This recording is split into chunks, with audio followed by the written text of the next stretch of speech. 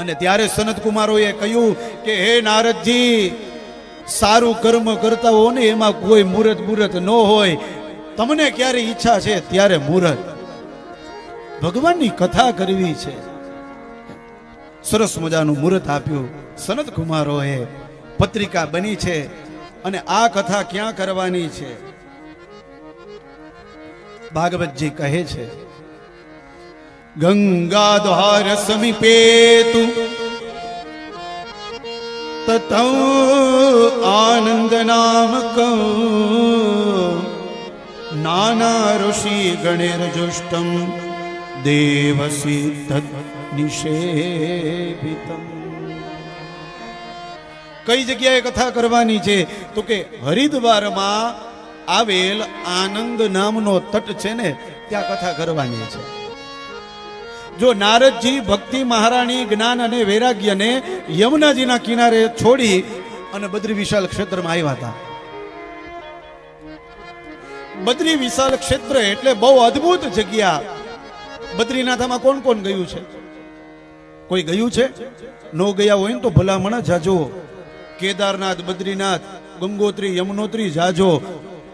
પૈસા તો આખી જિંદગી કમાવાના જ છે, અને આખી જિંદગી કમાશું ને તો એ અંત સમય આપણને ઓછા જ લાગશે. ભલામણ આપણને તો ઓછા લાગશે, આપણા દીકરાઓને, એના પોતરાઓને ઓછા લાગશે.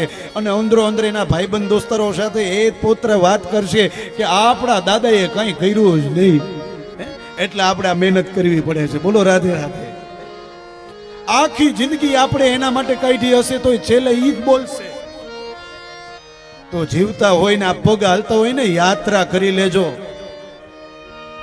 ગંગોત્રી, યમનોત્રી, બદ્રીનાથ, કેદારનાથ, આ બધી જગ્યાએ જઈ આવજો. તો એ બદ્રી વિશાલ ક્ષેત્રની અંદર સનત કુમારો હતા ને, અહીંયા નારદજી સાથે સંવાદ થયો. પણ હવે કથા થઈ કઈ જગ્યાએ? તો કે હરિના દ્વારમાં કથા થઈ. હો ભલા માણા, હરિના દ્વારમાં શું કામ કથા કરી? અહીંયા બદ્રી ક્ષેત્રમાં કરી હોત તો સારામાં સારું ક્ષેત્ર હતું. તો કે નહીં, એનું નામ જ હરિદ્વાર છે. જ્યાં દરેક દેવતાઓનો વાસ છે એ હરિદ્વાર. એનાથી વધારે વિશેષ વાત કરું ને સાહેબ, તો ડોક્ટર મહાદેવ પ્રસાદ કહે, આ એના શબ્દ છે.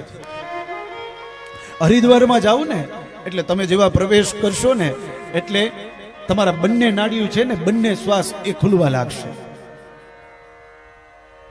બીજું, તમે હરિદ્વારમાં પ્રવેશ કરશો ને, તમે ગમે એટલા થાક્યા હશો, રાત્રે 2 વાગે સુતા હશો, પણ સવારે 5 થી 6 ની વચ્ચે તમારી ઊંઘ ઉડી જશે. તમે આખો દિવસ કામ કર્યું હશે, ખાલી રાત્રે 2 કલાક ઊંઘ લઈ લેશો ને તો બીજે દિવસે તમે ફ્રેશ હશો. આ તમે અનુભવ કરજો. એનું નામ છે હરિદ્વાર. આવું તો ઘણું બધું છે હરિના દ્વારમાં. એટલા માટે હરિના દ્વારમાં કથાનું આયોજન કર્યું છે. સુંદર એવી પત્રિકા બનાવી છે અને પત્રિકા બધાને મોકલી છે. ભૃગુ નામના ઋષિએ અલગ અલગ ઋષિઓને બોલાવ્યા છે અને આ ભાગવત કથામાં અલગ અલગ ઋષિઓ આવ્યા છે ગંગાના દ્વારમાં. એક ઋષિવરને ખબર પડી, એને 5 ને કહ્યું, 5એ 50 ને કહ્યું, 50એ 50,000 ને કહ્યું. એવી રીતે એક પછી એક ઋષિવરો આવ્યા લાગ્યા છે અને દિવ્ય કથાનું આયોજન આજે ગંગાના દ્વારમાં થયું છે. અદ્ભુત આયોજન.